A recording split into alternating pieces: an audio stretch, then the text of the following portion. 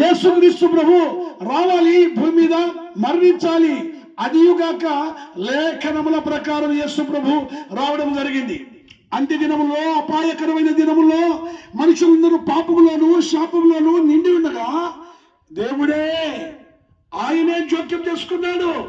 ఆయనే ప్రేమించాడు. మనలను ప్రేమించిన దేవుడు మన కొరకు ఏం చేశాడు అంటే ప్రాణం పెట్టాడు. ఆయన శిలువ మరణం పొందాడు. ఆయన పరిశుద్ధమైన రక్తం చిందించాడు. బొమ్మిరెడ్డిపల్లె గ్రామ ప్రజలారా, యేసుక్రీస్తు ప్రభుని ఎరగని వారులారా, మరి యేసుక్రీస్తు ప్రభు తెలుసుకొని కూడా నిర్లక్ష్యముగా తిరుగు వారులారా, రేపేమి సంభవించునో మీకు తెలియదు. మీరు కొంతసేపు కనబడి అంతలోనే మాయమైపోవు. ఆవిడ వంటి వారు కారాని దేవుని వాక్యం శిల్పిస్తుంది. అయితే సంపాదన సందడిలో పడిపోయావా? ఒకనొక పట్టణం వెళ్ళి సంపాదించమని వారులారా, మీ జీవం ఏపాటిదంటుంది దేవుని వాక్యం. జీవనోపాధి కోసము యేసుక్రీస్తు ప్రభుని నిర్లక్ష్యం చేస్తే రేపు యేసుక్రీస్తు ప్రభువుల వారు రెండవసారి రాబోతున్నాడు. ఆయన ఒకసారి ప్రాణం పెట్టాడు, తన పరిశుద్ధమైన రక్తం ఇచ్చాడు. వాటి ద్వారా నీవు కడగబడి పరిశుద్ధంగా జీవిస్తే నిత్య జీవమిస్తా అన్నాడు. క్రీస్తు యేసునందు నిత్య జీవం ఉన్నదని మీరు తెలుసుకోవాలి. ఎన్నోసార్లు రెండోసారి ఆయన రావడము తీర్పు తీర్చడానికి వస్తున్నాడు. అప్పుడు నువ్వు మారు మనసు పొందాలన్నా నీకు సమయం దొరకదు.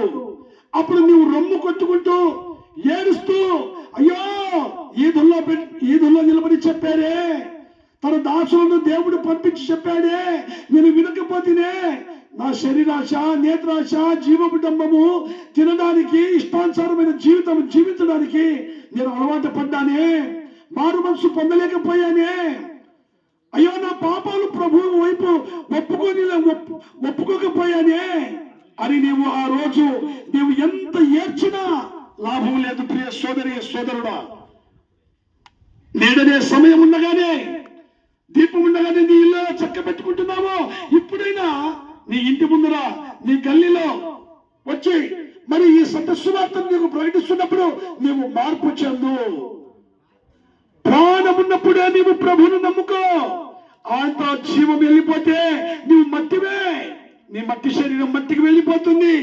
నీలో ఉన్న ఆత్మ పరలోక పట్టణానికి వెళ్లకుండా నిత్య నరకానికి, అగ్నిగుండానికి జారిపోతుందన్న సత్యము నీవు తెలుసుకో. అక్కడ అగ్ని ఆరదు, పురుగు చావదు, యుగ యుగాలు ఆ వేదనకరమైన స్థలములో నీవు పళ్ళు కొరుకుతూ, రొమ్ములు బాదుకొలుచు ఆ వేదనకరమైన స్థలములో ఒక యుగము కాదు, రెండు యుగము కాదు, మూడో యుగము కాదు, యుగ యుగాలు అక్కడ నీవు వ్యాపన పడే సమయం ఉంది.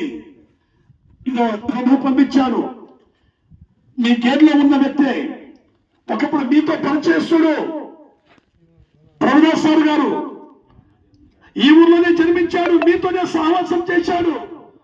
ఆయన రక్షించబడి మీరు కూడా రక్షించబడాలని, మీ కొరకు నా ప్రజలు నరకానికి పోవుట ఇష్టం లేకుండా, ప్రభువుకే ఇష్టం లేదు, నాకు కూడా ఇష్టం కాదు అని ఆయన ప్రయాసముతో మమ్మల్ని అందరినీ తీసుకుని వచ్చి మీ గ్రామంలో ఈ సత్య సువార్తను ప్రకటింపజేస్తున్నాడు. నా జనులైన వారు నరకానికి పోవుట ఇష్టం లేదు, నా రక్త సంబంధికులు, నా ఇరుగు పొరుగు వారు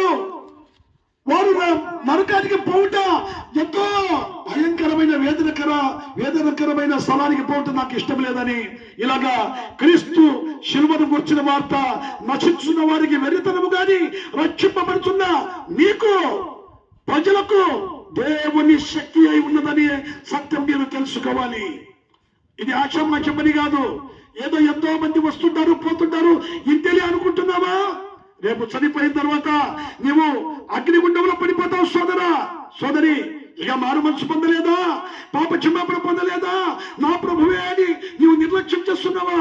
అయితే ఈ క్షణమందు ఈ చక్కని మాటలు విను. మార్పు చెందు, మారు మనసు పొందు, నమ్మి బాప్తిసం పొందు, రక్షణ తీసుకో. లేకపోతే నమ్మి బాప్తిస్మము పొందిన వాడు రక్షింపబడును, నమ్మని వారికి శిక్ష విధించబడని సాక్షాత్తు యేసుక్రీస్తు ప్రభువుల వారే సెలవిచ్చారు. మరి ఇంకా నీవు నమ్మకుండా ఉన్నావా? ఓ యవనస్తుడా, ఓ యవనురాలా, సీరియల్ టీవీలు చూసుకుంటూ ఆరనీకుమా ఈ దీపం ఆత్మదీపం అని నీవు కాలక్షేపం చేస్తున్నావా? అయితే ఒక రోజు నీ దీపం ఆరిపోయినప్పుడు, నీ మట్టి శరీరం మట్టిలో కలిసిపోయినప్పుడు, నీ ఆత్మ నరకములో అగ్నిగుండంలో పడిపోయినప్పుడు, అప్పుడు ఏ ఆరనీకుమా ఈ దీపం కార్తీక దీపం వచ్చి నిన్ను రక్షించదు. ఏ సీరియల్ నిన్ను కాపాడదు, ఏ శిల్పుల్లో అశ్లీతలు నిన్ను కాపాడదు, ఏ సినిమా, ఏ చిరంజీవి, ఏ బాలకృష్ణ, ఎవరు నిన్ను రక్షించలేరు. యేసే మార్గము. ఈ కాలానికి, యుగానికి శక పురుషుడు, యుగ పురుషుడు, లెజెండ్, స్టిల్ కింగ్ యేసుక్రీస్తు ప్రభు, రాజులకు రాజు, ప్రభులకు ప్రభు. అట్టి ప్రభుని నువ్వు నమ్మితే నీవు ఎట్టిదో రక్షణ ఎట్టిదో నువ్వు తెలుసుకుంటావు. ఆయనే రక్షకుడు. యేసరుగా ఎవరమ్మా? రక్షకుడు. క్రీస్తులుగా ఎవరయ్యా? అభిషక్తుడు. ఆ అభిషక్తుని చేత నీవు అభిషేకం పొందితే నీవు రక్షణలో కొనసాగుతావు.